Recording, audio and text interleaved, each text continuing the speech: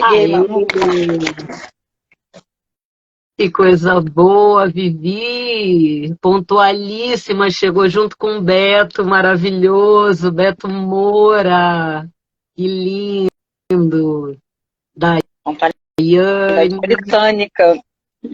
pontualidade britânica, ó, Rosemary, várias pessoas aqui entrando pontualíssimas, junto com você, Vivi.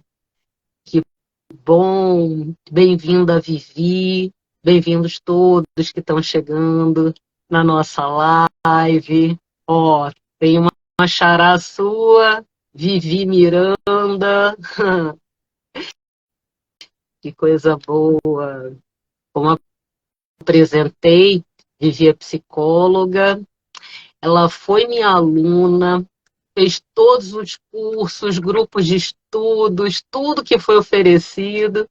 Depois Vivi foi acolhida por nós no nosso grupo de acolhimento, né, pessoas enlutadas por suicídio, e hoje em dia a Vivi é nossa facilitadora, faz parte da nossa equipe também, e agora acolhendo as pessoas que chegam, né, também enlutadas. Beatriz está perguntando se vai ficar salva, a gente sempre espera que sim, Beatriz. Estamos aqui na torcida que dê tudo certo e que fique gravada, tá bom? Olha só, Vivi, vários coraçõezinhos aqui subindo. Isso eu tô vendo. Tá subindo aqui, um monte aqui. Que bom, Júlio, Cabê Nogueira. Que bom, gente. A Érica, que também foi minha aluna e já é colega há alguns anos. Bem-vinda, Érica Mamed.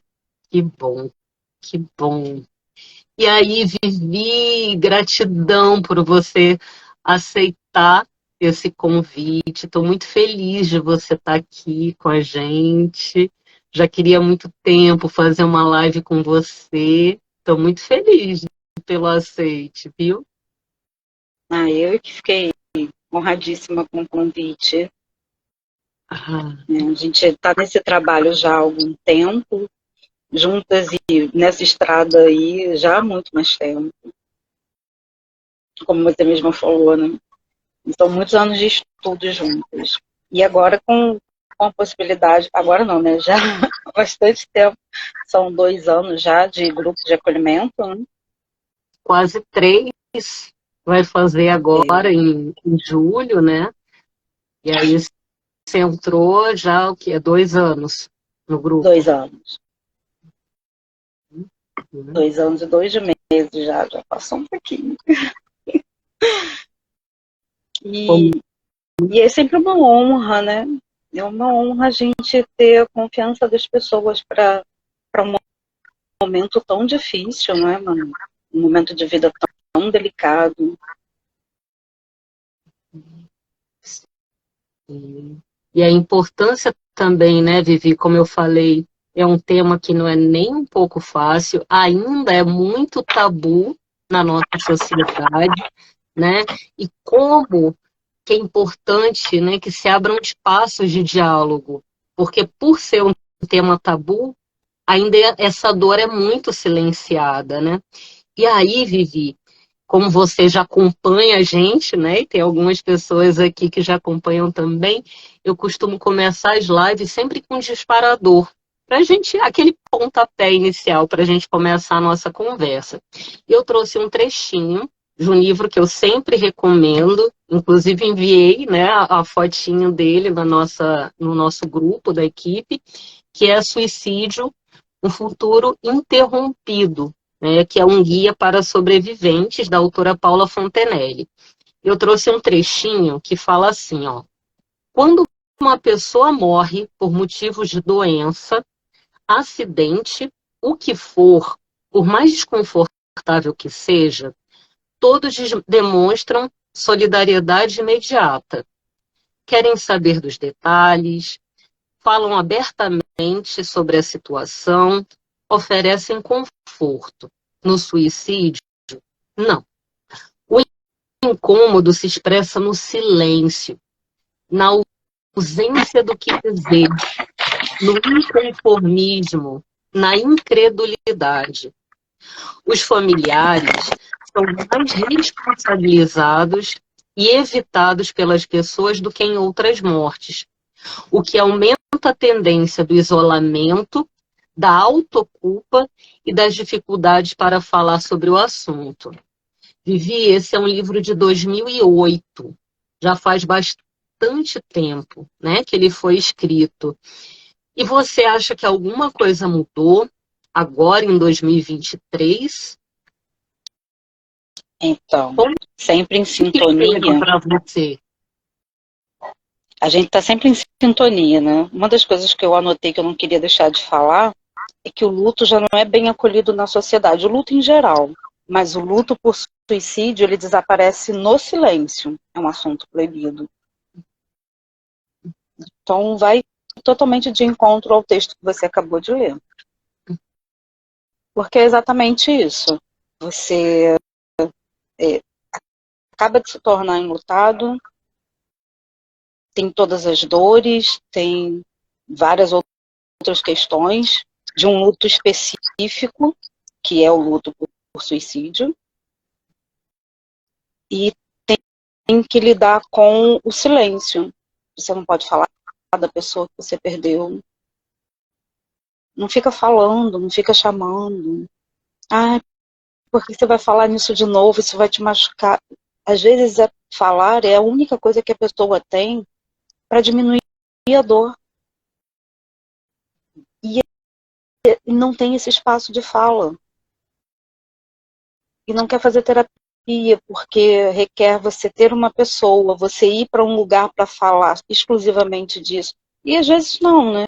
Quantas vezes a gente acolhe pessoas e a gente trabalha em terapia, que são enlutadas por suicídio, mas a gente vai tratar de outra coisa enquanto ela não tem condição de lidar com aquilo que está doendo naquele momento um pouco mais. E não é possível falar. Mas enquanto a gente vai tratando das outras coisas, essa dor também vai amenizando, vai acalmando. E, infelizmente, na sociedade a gente não encontra esse acolhimento, a gente não encontra esse direito, o direito de lembrar daquele que se foi.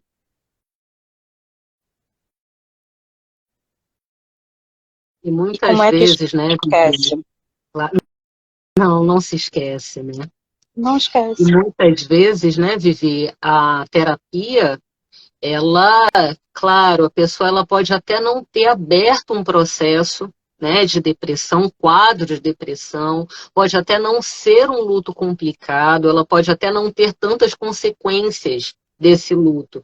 Agora, é o único espaço que essa pessoa pode ter para falar sobre o que ela está sentindo.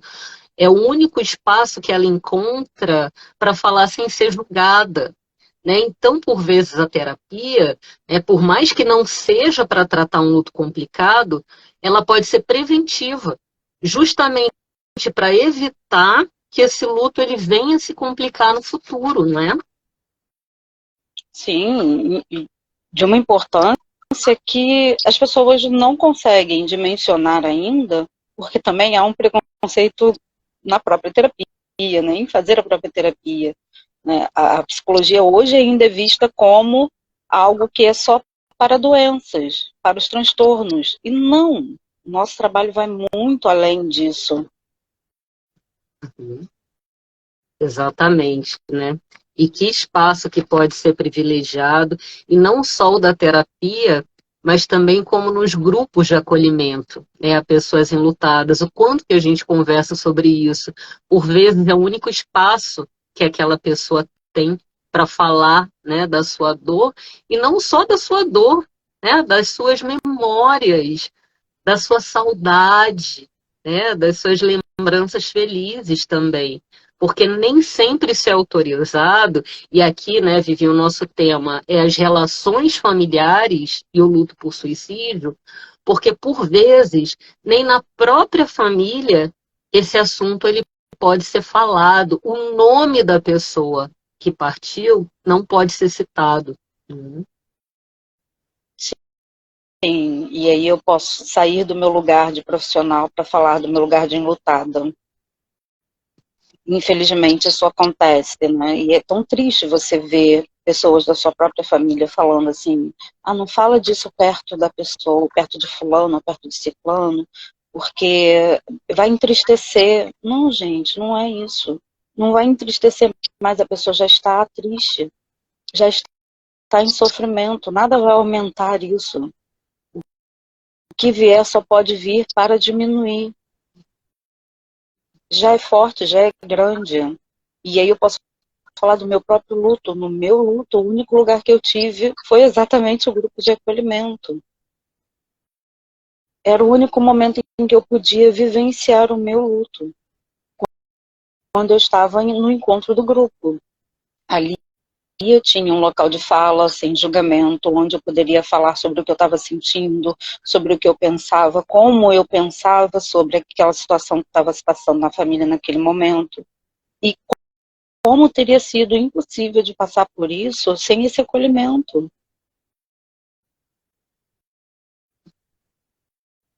Inclusive, no momento em que eu cheguei a me questionar como profissional, não é? Você sabe muito bem disso, se eu continuaria na psicologia. O grupo foi fundamental para que eu entendesse que o meu papel como profissional era um e o meu papel como enlutado era outro, e que eles poderiam sim andar juntos, sem atrapalhar, claro, né, a qualidade do meu trabalho. E nem sempre, né, Vivi, nós psicólogos somos autorizados a sofrer, autorizados, né, a vivenciar os nossos lutos também, né? Então, você passou por alguma situação assim, ou alguma cobrança, ou algum questionamento por você ser psicóloga e pessoa enlutada? Uma vez me perguntaram, uma pessoa que não era próxima a mim, uma vez me perguntou, ué, mas seu irmão faleceu por isso? Mas você é psicóloga? É, sim, eu sou psicóloga. Pois é, eu sou psicóloga. E como psicóloga, eu não poderia atendê-lo, então eu encaminhei ele para a terapia dele.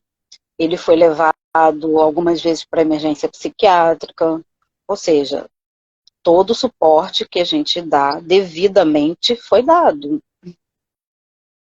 E aí ele me ensinou mais uma coisa: a vida do outro é do outro, por mais que a gente se empenhe em cuidar, não cabe a nós decidirmos sobre a vida do outro.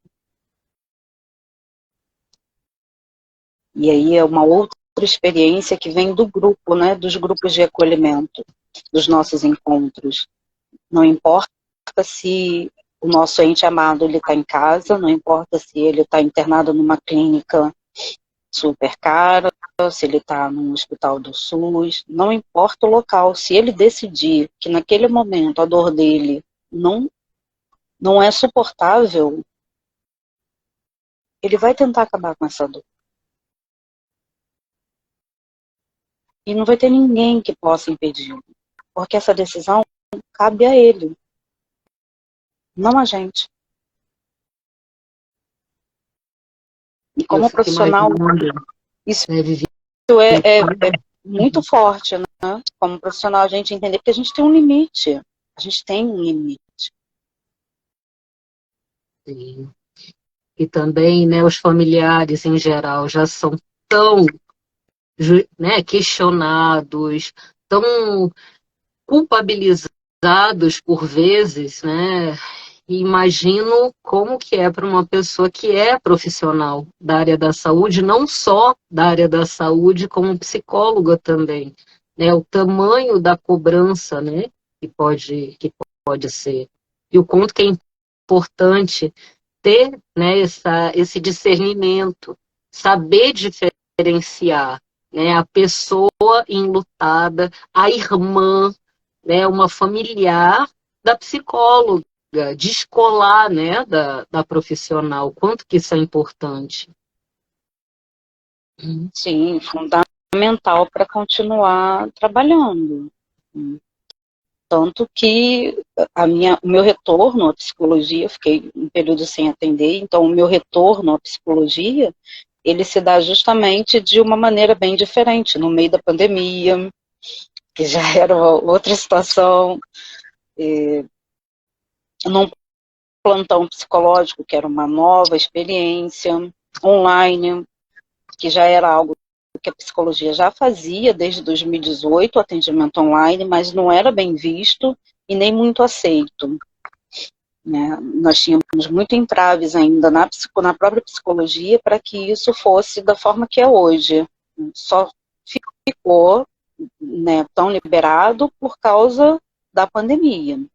E aí vem um trabalho muito diferente, que é o plantão psicológico, e você tinha todo o suporte. Eu, como profissional, tinha também uma coordenadora e a supervisora que ficavam online durante o atendimento.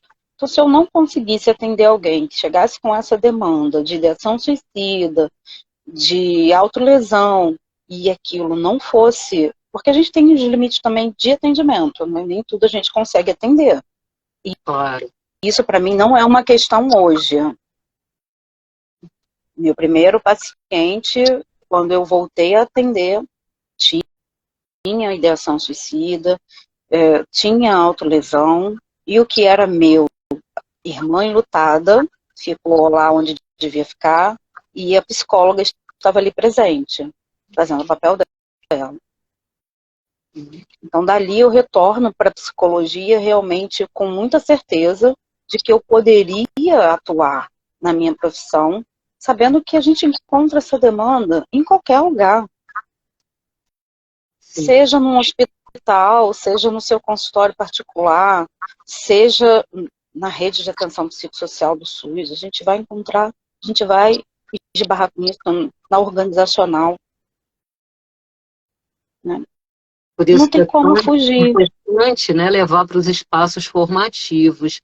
E você falou, Vivi, também, né, das dúvidas. Se internar, se não internar, que tratamento fazer, né? Então, como que ficam esses conflitos na família? Porque cada pessoa, né, vê esse adoecimento de uma forma diferente, um momento de crise de uma forma diferente.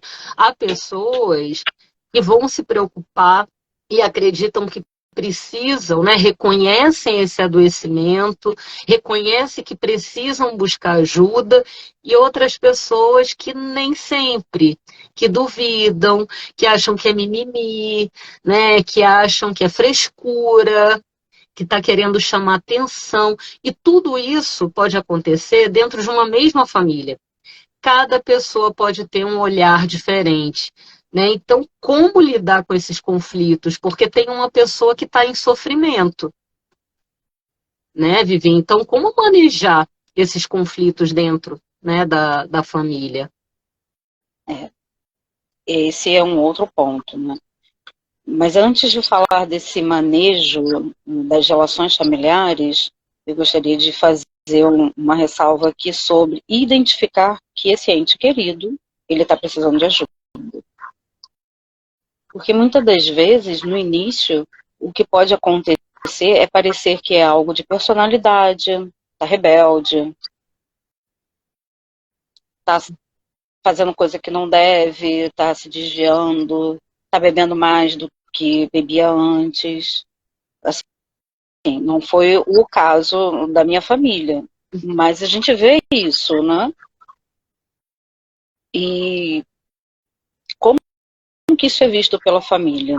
A família entende que é um pedido de ajuda, a família entende que aquela pessoa está adoecida.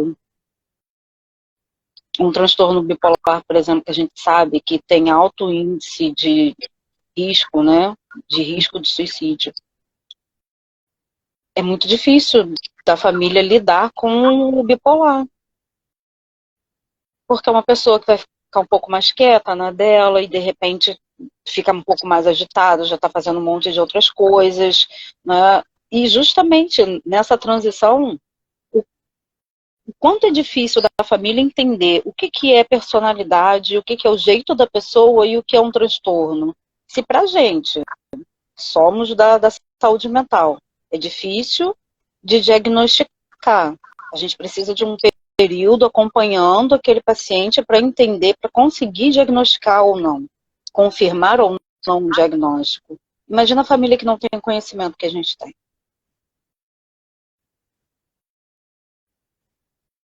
Eu já estava na psicologia, mas eu não sabia exatamente como proceder, como ajudar. E E não existem só o casos que a gente... né, Vivi? Também um preconceito muito grande, né, em relação ao adoecimento mental, né? Sim, eu atuava num CAPS AD, então eu conversei com a minha coordenadora do CAPS e ela me orientou, olha, procura a emergência pediátrica, psiquiátrica, né? Eu estou com pediatria na minha mente hoje, a psiquiátrica, leva próximo da casa dele, né, o local mais próximo, sempre para que seja mais fácil numa nova crise, de você ter outras pessoas dando esse suporte se você não puder. Então, eu acho que é muito importante a gente falar aqui também sobre chegar nesse ponto, porque os familiares não sabem ajudar, não sabem como ajudar. Quando eles percebem que é uma situação de auxílio, eles começam por onde?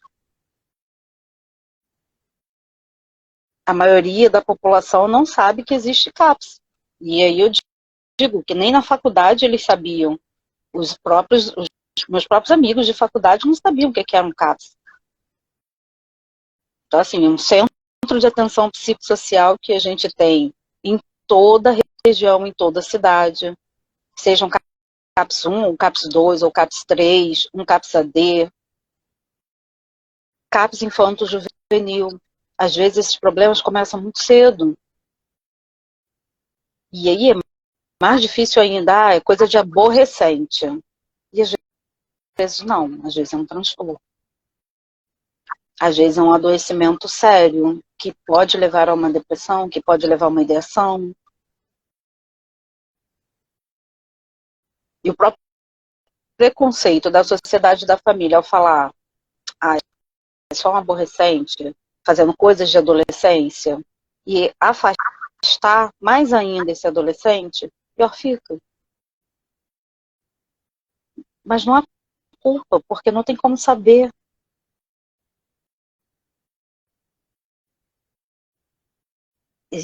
E o quanto Existem que essa casos que a gente falta de tem, reconhecimento faz sofrer, né, Vivi? existem casos que a gente tem um período que a gente tem para ajudar ainda aquele ente querido, e existem casos que não dão indícios nenhum e simplesmente partem.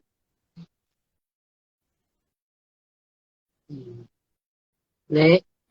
E Então como, essa Vivi, pessoa, nesse caso, né, de uma família que tem pessoas que reconhecem, né, que entendem que aquela pessoa está precisando de ajuda, e tem familiares que não entendem, que acham que é aborrecente, que é mimimi, que é frescura. Então, como lidar, né, com essas pessoas que não, não compreendem, né, a necessidade daquela pessoa que sofre? bom, entender que não é mimimi. Ninguém está querendo chamar a atenção. É um ser que está ali em sofrimento profundo, extremo sofrimento, que não tem esperança nenhuma de que essa dor, esse sofrimento acabe e que ele vai tentar acabar com aquela dor. Não necessariamente com a própria vida, mas quer acabar, quer ficar um tempo sem sentir aquilo. Nem que isso leve a inconsciência por algum tempo, né, e depois ele retorne, mas a intenção não é acabar com a vida, a intenção é acabar com a dor. E como os nossos estudos nunca terminam, né, hoje mesmo eu estava em estudo ouvindo a Karina Fukumitsu falando sobre isso, né, falando que ela não gosta do termo tentante. E faz muito sentido isso, porque não é uma pessoa tentando acabar com a sua vida, é sim uma pessoa tentando se livrar da angústia daquela dor, daquele sofrimento. Então não é alguém tentando chamar a atenção e tentando morrer. Não. É alguém sofrendo além do que você consegue perceber.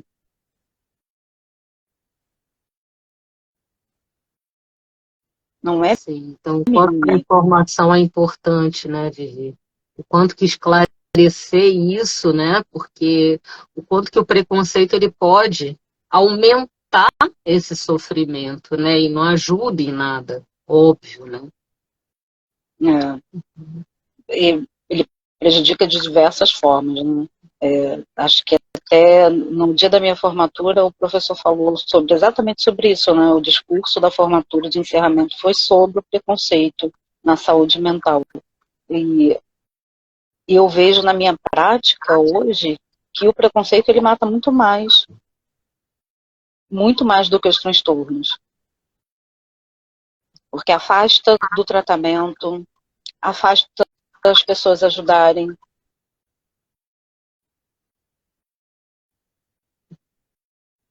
Sim. E escolhas são muito difíceis que precisam ser tomadas, né? Porque aí, vamos supor, a pessoa, ela recebeu um tratamento adequado. E essa família, ela recebe uma informação de que é importante a internação nesse momento de crise. E aí, como lidar na família, né, Vivi?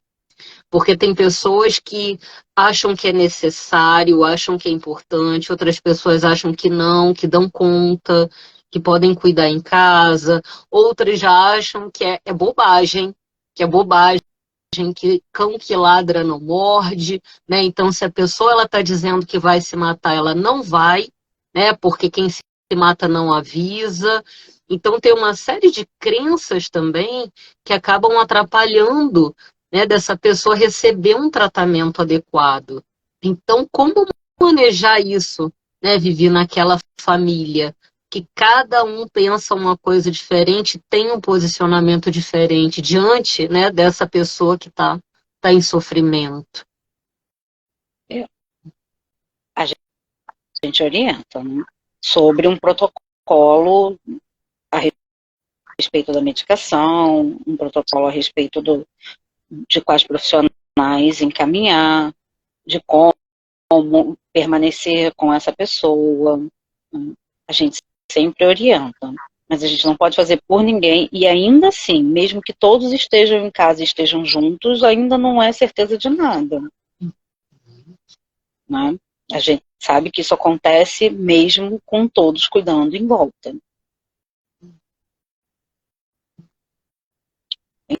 Então, assim, eu acho que a nossa live de hoje traz muito a desmistificação de determinados comentários da sociedade que são preconceituosos, que atrapalham tanto a pessoa de chegar ao atendimento, quanto a família de levar essa pessoa para o atendimento.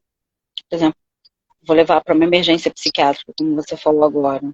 Tá, mas vou levar para uma emergência psiquiátrica, ou eu vou gastar muito com uma particular, ou eu vou levar para o SUS. Ai, não quero levar para o SUS, porque no SUS vai ficar lá largado, não vai ter o atendimento correto, não vai dar atenção. Como é que é isso? E tudo isso é uma angústia. É uma angústia também para a família. Imagina todas essas dúvidas. A gente sabe que a dúvida, viver um momento de dúvida constantemente é angustiante e adoecedor. Aí já é um processo de multiplicação desse adoecimento.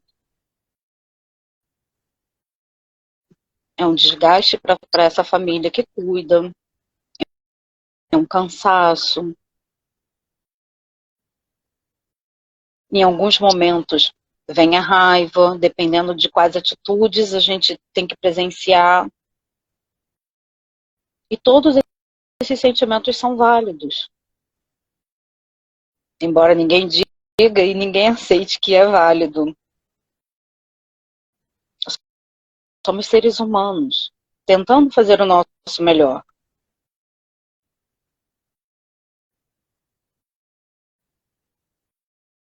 E embora a família não consiga, às vezes, chegar a um consenso ou não decidam fazer algo, ou decidam internar, não impede. Mas a gente continua fazendo tudo aquilo que a gente sabe que pode fazer para diminuir esse sofrimento. Mas não só da pessoa que está adoecida, mas dos seus familiares também. Porque sem esse suporte, eles não conseguem dar conta disso. Como é que eu vou cuidar de alguém se eu não estou bem para cuidar também? Então, quanto que é importante pegar pela mão, né, Vivi? Porque assim, não é simplesmente internar ou não internar. Essa pessoa, né, essa família, ela precisa ser orientada, né, em relação aos cuidados, porque se a família decidir não vamos internar, então ela precisa ter todas as orientações necessárias para cuidar dessa pessoa em casa, se for o caso.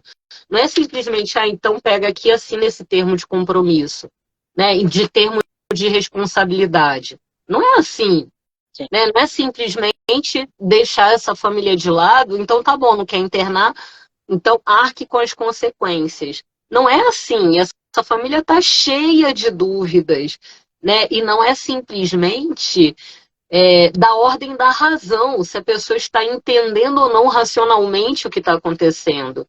Né? Por vezes, como você falou, a própria família está adoecida. A própria família já está exausta, em sofrimento. Né? Então, ela precisa também ser acolhida pela equipe de saúde. Não é simplesmente julgar essa família e responsabilizá-la. Né? Olha só, então se morrer, a responsabilidade é sua, ou a culpa é sua. Né? Tem um documentário muito bonito também, que se chama Evelyn, né? Que é justamente sobre uma família, um documentário de uma família que perdeu, né, um ente querido por suicídio, e essa foi a fala do pai, né? Porque o pai se recusou a internar o filho, né? O filho ele tinha transtorno borderline e depois que o filho faleceu, né, por suicídio, o médico falou para esse pai: a culpa é sua, porque você não quis internar, porque se ele tivesse sido internado, ele não teria morrido. Né? Então não tem nada mais cruel do que culpabilizar uma família que já está absolutamente devastada, porque o suicídio ele não impacta só depois que a morte acontece, ele já começa a impactar na ideação suicida, né? Quando a pessoa, nessas ameaças constantes de morte, né? Você não sabe se vai voltar para casa e a pessoa ainda vai estar ali. Então a família ela fica sobressaltada, ela fica angustiada, né? Eu tinha uma aluna que ela falava isso para mim. Ela dizia: professora, eu estou exausta, eu não aguento mais. Eu amo a minha irmã, mas eu não aguento mais. Eu estou a ponto de desistir dela, porque a nossa família ela está muito adoecida, está muito cansada. Né? Então, quanto que é importante não só orientar, né, essa família e criar uma estratégia de cuidados, mas também acolher essa própria família e cuidar dela, né? Porque, de fato, as pessoas chegam à exaustão. É fundamental. Essa exaustão, ela envolve vários sentimentos, como eu já falei, né? Então, primeiro, eles não sabem nem o que está acontecendo, nesse processo vão descobrindo quando há tempo. Alguns casos não têm esse tempo, é só um adeus.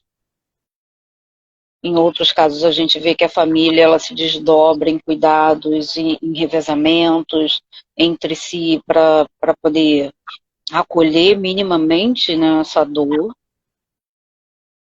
dão o seu máximo e ainda assim há momentos mais críticos, eu diria. Existem atitudes, às vezes, desse ente querido que acaba trazendo uma raiva de algum outro familiar. E como não sentir? E como invalidar? Não é possível. Né? São sentimentos que fazem parte do processo. Mas aí o problema vem quando a perda chega. Porque se ela chega num momento desses em que um dos familiares está com essa raiva recente, essa raiva ela se transforma em cobrança, em culpa.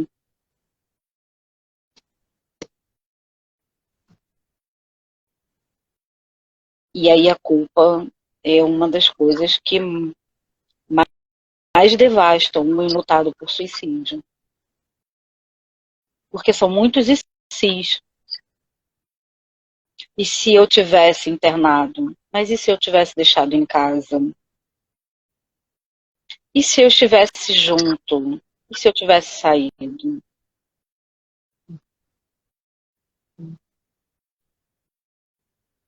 E a culpa São, não é só sobre si, né? Não é só uma autoculpa, né? Como fala Paula Fontenelle logo no iniciozinho, né? Que eu citei. Também existe, né, essa acusação na família. Um dos conflitos familiares, né, para além da autoculpa, é também responsabilizar o outro por essa é, morte. o que é Né? uma crueldade, né? A gente acaba vendo uma pessoa que a gente ama partindo. Mas ninguém tem culpa disso. Ninguém decidiu por isso. Aquela foi a forma daquela pessoa terminar com um sofrimento intenso.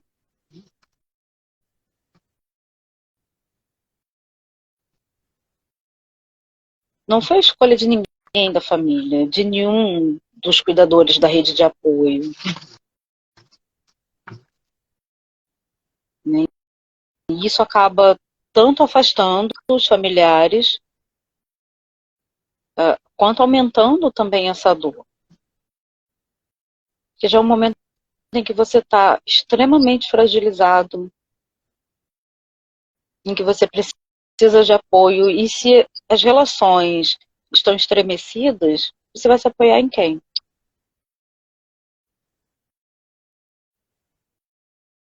Zé, né, Vivi, mas por vezes a pessoa ela sente muita raiva daquela pessoa que morreu, mas ela não se autoriza também a sentir raiva.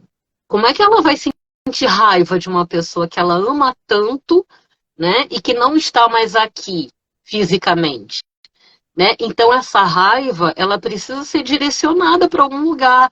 Então, por vezes, essa raiva, ela vai ser direcionada para essa equipe de saúde, né? Ou então vai ser direcionada até, né, para o terapeuta. Como é que esse psicólogo não viu? Como é que esse psiquiatra não viu? Né? Ou então para outras pessoas da família. Ou para os amigos, porque teve uma má influência. Né? Então, essa raiva ela acaba sendo projetada e às vezes até mesmo, né, uma raiva de si. A pessoa fica com raiva dela mesma por não ter ajudado, né, como ela acha que poderia ajudar, e ela acaba projetando essa raiva em outras pessoas, né? O quanto que isso é complexo, né, Vivi? Lidar com os sentimentos, né, que são suscitados numa perda por suicídio, não é? Sim, é uma avalanche de sentimentos, um atrás do outro, um conflitando com o outro, na verdade. No momento você está com raiva, no outro momento você está com uma saudade absurda, e no outro momento você não sabe nem o que você está sentindo, porque tem tanta coisa misturada, e não tem apoio, não tem escuta, não tem validade.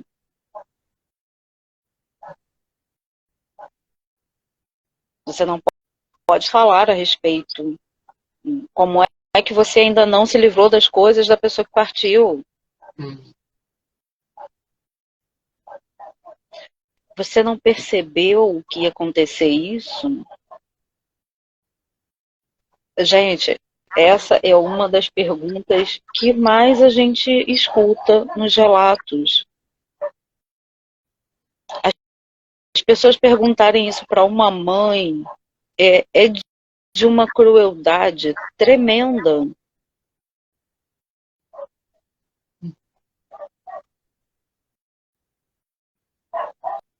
Porque as pessoas não perguntam o que estava acontecendo, né? Não perguntam assim, como é que você tem passado, como é que tem sido a vida.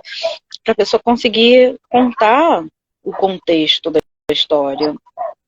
Não, ela só vê aquilo ali, aquele momento, aquele recorte. Como se aquela pessoa nunca tivesse feito nada pela pessoa que se foi. Muitas das vezes essa mãe adoeceu junto, se desdobrou,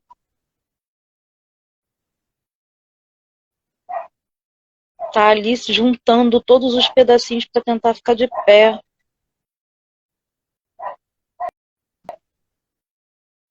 E ainda tem que ouvir essas coisas, esse tipo de frase. Assim, então, assim, como sociedade, que a gente possa também parar para pensar um pouquinho o que eu falo para o outro. Eu gostaria de ouvir isso no lugar do outro. Isso me doeria. Como chegaria isso a mim? Porque é insensível demais.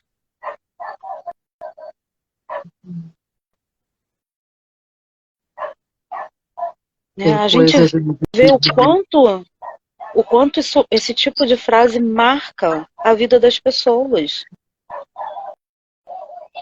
É um sofrimento desnecessário, né? Para além da dor, da perda, que já é gigantesca, que já é violenta.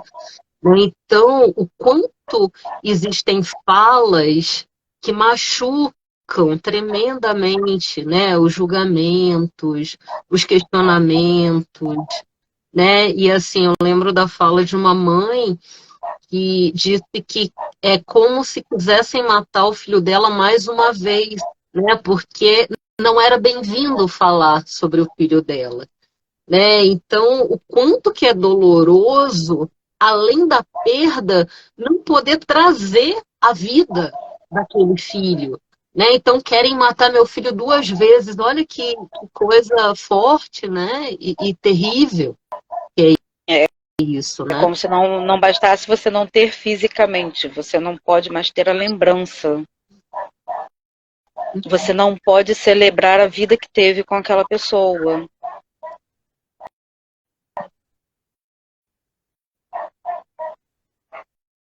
Hoje estou triste por essa pessoa, estou sentindo muita saudade. Não, você não pode falar. Você tem que sentir, tem que se recolher, tem que se esconder com a sua tristeza, com a sua saudade, com o seu amor. Porque aí é uma outra questão. Então todo o amor que eu sinto por essa pessoa, ele se foi? Deixou de existir? Para quem é assim?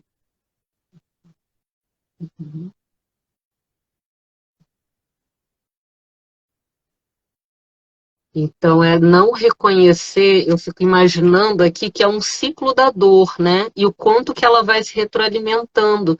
Porque a pessoa em vida, muitas vezes, não tem a sua dor reconhecida. E depois que ela morre, por vezes, a dor de quem fica não é reconhecida. Não. Né? Então são absurdos que as pessoas escutam, do tipo, bola pra frente, você tem que seguir sua vida, a vida continua, vamos lá, vamos embora, isso já passou, você precisa esquecer isso. Como você mesma trouxe, né, Vivi? Como é que é esquecer? Não se esquece, né? Não se torna ex-irmã, ex-pai, ex-mãe, ex-filho, não se torna ex, não se esquece, né? A pessoa ela não está aqui fisicamente, mas o amor tá. O amor é físico, né? Ele está aqui, está dentro, né? De nós. Isso não vai embora, não se apagam as memórias, não se apagam as lembranças. E como você falou que precisa, né? Tem pessoas que cobram que se desfaça das coisas da pessoa, né? E tem pessoas que de fato têm essa necessidade. Né? E tem outras que precisam manter exatamente do jeito que o ente querido deixou. Não se pode fazer nem faxina, não pode tirar nada do lugar. Isso precisa ser respeitado, porque a maneira que aquela pessoa tem de lidar com a sua dor e com a sua saudade, né? Então aqui, como está colocando aqui Deixa eu ver. Ah, Glorinha. Olá, Glorinha. A cobrança da sociedade para voltar à vida normal. Como assim? Como matar o amor que é tão grande, né? Então, são cobranças que são absolutamente absurdas, né? Sim, porque até fiz uma postagem a respeito do luto e coloquei até aquele trecho do Colin Parks, né? Maravilhoso. E falei sobre isso também, né? O amor permanece. Uhum. A gente não tem fisicamente aquela pessoa, mas a gente vai amar para sempre. O amor permanece.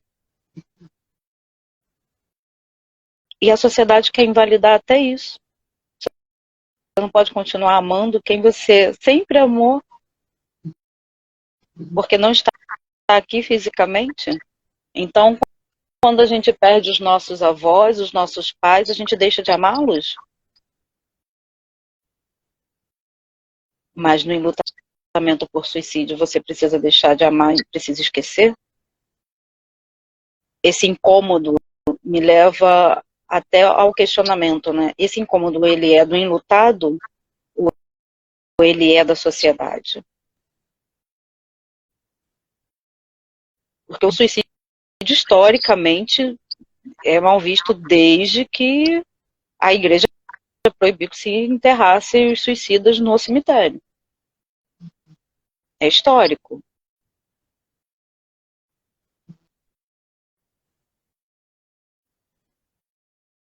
E o quanto que isso reverbera, né? Até os dias de Até hoje. hoje. Quanto que existem crenças, né, e maledicências, coisas que são muito cruéis, né, que pessoas enlutadas que já estão tão machucadas e ainda escutam absurdos, né? Ah, ele foi egoísta, não pensou em você, foi um fraco, né? Então, como coisas tão terríveis podem ser ditas a uma pessoa que já está tão machucada? Né, o quanto que se pode ser perverso e pode ser cruel, né, com pessoas que já estão muito devastadas, né? Sim, pessoas que já estão no seu limite, tentando dar um passinho pra, meio para frente, ou um passo à frente, sem direção ainda.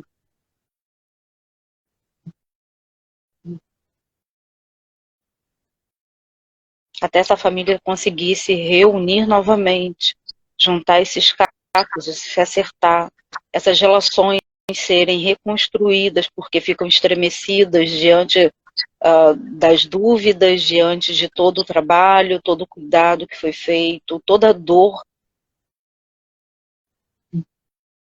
Essa dor também afasta.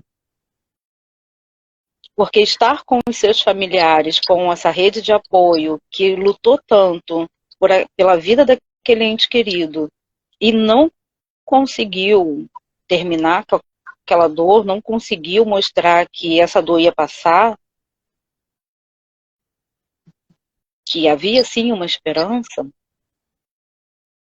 e quanto mais novos, menos esperançosos eles são, depois de um tempo de vida, a gente começa a entender que existem os maus momentos e eles duram um tempo e passam. As nossas dores também. Mas quanto mais novos, toda dor parece eterna.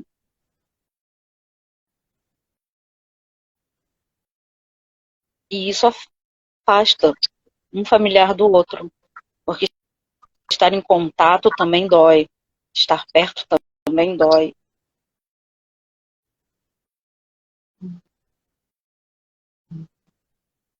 Leva-se um tempo para essa família se refazer, se restabelecer como família, juntos novamente.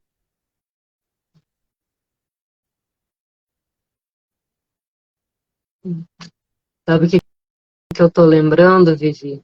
Porque aqui a gente está falando, né, da importância da família e, por vezes, a família não é lugar de aconchego. Por vezes, né, esses comentários que são absolutamente perversos são ditos por membros dessa família, né? Pelos próprios familiares. E eu tô lembrando, né, de uma pessoa muito querida e enlutada no nosso grupo que fala que o grupo de acolhimento é sua família e fala nós somos uma família. O quanto que é uma família que sim, que acolhe, né, que reconhece a dor do outro, que existe um senso de pertencimento muito grande, um espaço de não julgamento, né? Então, o quanto que nem sempre a família é um lugar acolhedor. A família ela também pode ser um espaço de uma toxicidade muito grande, né? Porque às vezes os familiares também querem, não sabem como acolher aquela dor, e aí falam para você não ficar falando nisso. Às vezes você se revolta com aquilo, até você compreender, chegar à compreensão de que, não fica falando dele, significa eu não quero ver você sofrendo, porque eu acho que você vai sofrer ao falar. Leva-se um tempo até chegar a esse entendimento. E as relações vão ficando mais estremecidas, mais delicadas.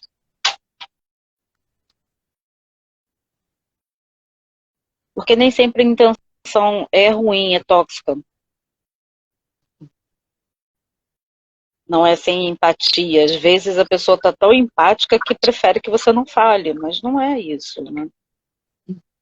Não é o que a gente precisa naquele momento. E cada um vai precisar de uma coisa diferente, ainda tem esse detalhe. Cada um vai vivenciar o seu luto de uma maneira diferente. Vai ter um momento mais recente, logo após, para vivenciar, outros não. Outros só vão se permitir pensar e entender essa perda anos depois. Nós já tivemos atendimento de uma pessoa que só foi falar do seu enlutamento 15 anos depois. Né? Exato. É respeitar o tempo de cada um. Você falou muito sobre isso, respeito. Acho que todo luto merece respeito, mas o enlutado por suicídio, ele precisa de mais respeito do que os outros. Porque é uma dor maior, é devastadora. Ela traz várias características desse luto, trazem sofrimento.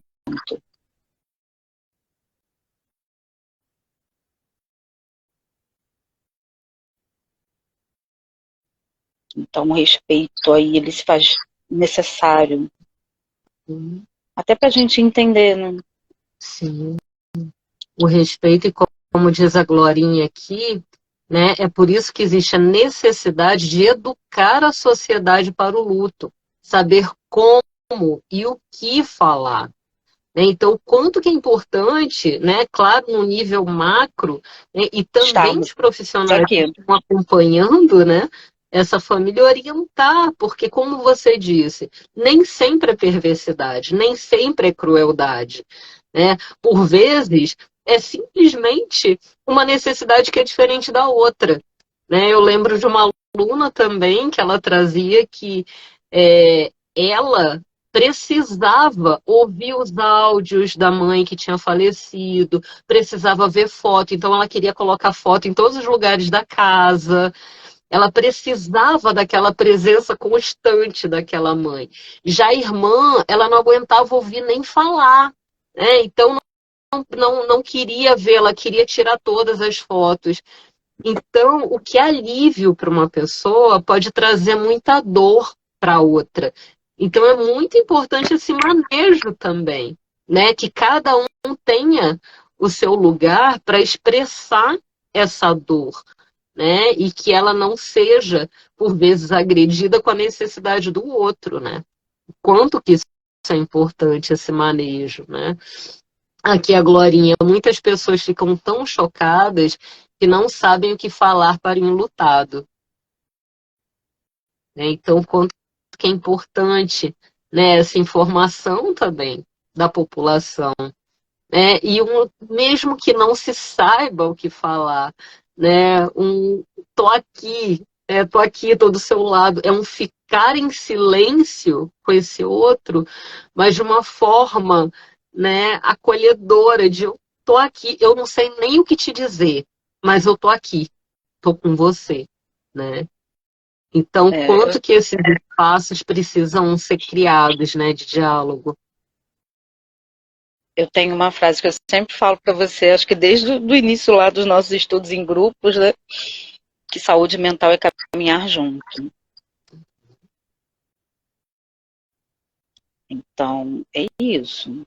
Saúde mental não é você chegar para o outro e você falar, levanta para um depressivo. Ah, levanta daí, vai para um cinema, vai dar uma volta. Não funciona. Mas senta junto, fica em silêncio. Depois pergunta, vamos ver um filme, comer uma pipoca? Depois de assistir o filme, pergunta, vamos ali comprar um sorvete? Esse movimento ele vai ser feito aos poucos. Percebeu que foi uma etapa, depois a outra, depois a outra? É, junto. Mas sem agredir o outro. De forma suave. A pessoa consegue. Talvez nem retorne para aquele ponto inicial. Mas é um momento de cuidado, realmente. É um momento de cuidado. Não é um momento de desespero. Ah, fulano tá desse jeito, o que que vai fazer? Não, calma. Eu tô aqui com você. Não vou sair daqui. Tá bom, eu só tô aqui.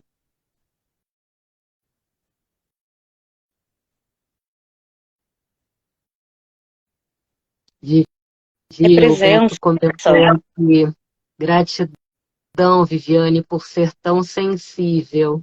E tinha falado logo no iniciozinho aqui. Que Ai, lindeza. obrigada, Esse Beth. reconhecimento aqui também, né? O quanto que esse acolhimento aqui também é lindo, né? Essa presença, como você estava trazendo, Vivi, o quanto que isso faz a diferença. Né? A Gabi está dizendo aqui que saudade de ouvir você falando. Essa tanta gente, né? Esse espaço também para reunir tantas pessoas queridas e matar a saudade também. Né? A Glorinha tá comentando aqui. A Yasmin, minha neta, me chamava para tomar sorvete. E olha só, né, o quanto que esse tempo e esse espaço do sorvete também é um tempo de cura, né? Um tempo de abraço, um tempo de acolhida. E são gestos que são tão simples, né, Vivi, como você está trazendo, e como você diz, um depois do outro, uma coisinha de cada vez, né? O quanto que isso mostra a presença. E Vivi, chegamos no finalzinho da nossa live, Vivi. Mas já. Não sei se você percebeu, mas estamos aqui conversando há 1 hora. Ó, a Glorinha vivia pura sensibilidade, muito preciosa para o grupo. E é mesmo, Vivi. Você é nosso presente, né? Que bom que você está na nossa vida. Que bom que você faz parte, que bom que você pertence. Vivi muito, muito, muito feliz. Ó, a Glorinha tá dando um grande abraço para sua amiga Rosa. Então, Vivi, desse recadinho, não sei se mamãe está assistindo a gente, né? Também não Então, mande sei. um Não grande tô vendo abraço, daqui. mande um grande abraço da Glorinha e um nosso grande abraço, nosso beijo, né? E para todas as pessoas também que participaram aqui, mandaram recadinhos, compartilharam as suas experiências aqui enquanto, né, a gente estava conversando, também aqui no chat, né? As pessoas comentaram. Coisa boa, né? De ter essa confiança. Que bom, que bom. Muito feliz de ter esse encontro. E Vivi, para finalizar, e aqui eu sempre tenho, né? Roteiro pulando 4 páginas de roteiro, indo para o final, o que significa que a gente precisa O meu fazer também. ainda muitas lives, né? Mas como o tempo é curto, então, Vivi, agora finalizando, que conselhos que você daria para uma família que perdeu recentemente, né, uma pessoa, um ente querido por suicídio e perder, né, eu me sinto muito desconfortável, confesso, em falar essa palavra, né, porque não se perde a pessoa, né? Então, o que você diria para uma família que teve um membro que faleceu por suicídio? Que conselho, como que você diria, né, como acolher essa pessoa num momento, né, de dor tão difícil, um momento tão devastador e tão doloroso? Se houver a possibilidade, fiquem juntos. Às vezes, no momento inicial, não é. Para algumas famílias é possível, para outras não. Algumas se fecham, aquele núcleo mais central às vezes se fecha ali entre eles. É respeitar isso, né? É entender o que é para cada um possível naquele momento. Respeito e presença. Acho que são as duas coisas que mais fazem diferença nesse primeiro momento.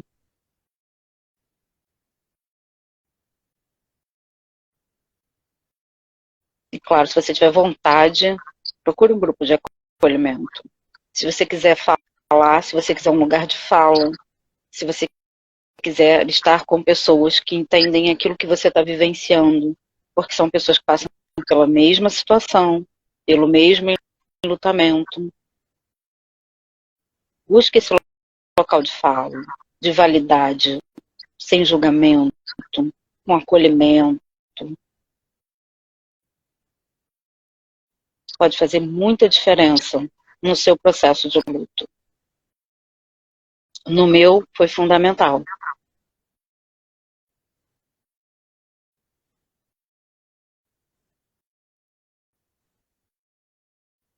Obrigada, Vivi. Por vezes, pode até não ser um momento de fala.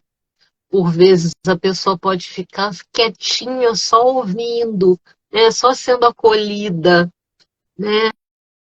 Que bom, ó. A Rafaela está no trem, mas está aqui com a gente. Ela está dizendo aqui, Rafaela Diamantina, paciência e muito amor conosco, sobreviventes. Ó, sua mamãe está aí, ela está aqui, ó. Aqui, um abraço a você, Glória, estou assistindo.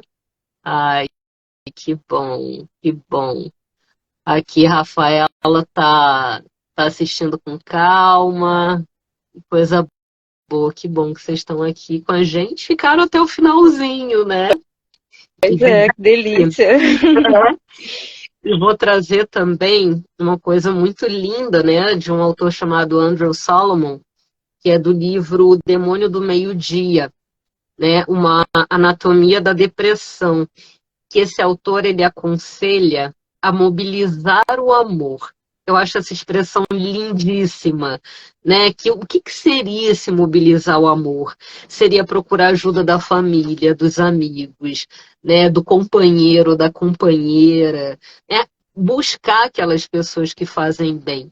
Então, quanto que a gente pode mobilizar o amor e o quanto que aqui, né, Vivi, eu aqui com você, eu estou mobilizando o amor e nós duas aqui com todos que estão presentes, né? O quanto que a gente está mobilizando o amor aqui nesse momento com a nossa presença, né? Muito lindo e muito feliz de você ter topado mobilizar o amor aqui junto comigo. Sempre. E se for fazer uma série, estou junto. Seja por isso. Olha, tema é que não falta, né? tanto da sua pauta aí quanto da minha, com certeza tem muita coisa que a gente não abordou, né? Ó, Vivi tá dizendo, a Glorinha tá dizendo, estar junto de quem nos faz bem. Aqui, Mona Lisa, muito obrigada por essa oportunidade maravilhosa, lindas, amei. Grande abraço. Ai, que bom. América, que maravilha de live, muito bom. Quanta gente querida, muitos alunos, ex-alunos, agora colegas, que nem você, né, Vivi? Coisa boa. E olha, gente, lembrando, para quem está assistindo agora, né, ao vivo, segunda-feira, nós vamos ter reunião do nosso grupo de acolhimento, né, pessoas enlutadas por suicídio, no dia 6 de março, às 19 horas. Então, quem conhecer alguém, né, que foi impactado por a perda, não só familiares, né, mas também professores, terapeutas, amigos, que foram impactados pela perda, né, de alguém por suicídio, as inscrições são pelo WhatsApp. O prefixo é 21 974667682. E para quem estiver assistindo a gravação da nossa live, toda primeira segunda-feira do mês nós nos reunimos, né? Então são encontros que são online e são gratuitos, tá bom? Então, um beijo imenso, Vivi, gratidão. Esperamos vocês lá. Isso. Esperamos todos aqueles que precisam desse acolhimento. Isso, exato. Vários comentários lindos aqui. Muito obrigada, gente. Gratidão por esse encontro. Beijo grande. E agora esse é o momento que a gente torce para a live ficar salva. Tá bom, então? Beijo enorme. Até a próxima live. Beijo, Vivi. Até segunda. Beijos. Beijos, beijos, beijos.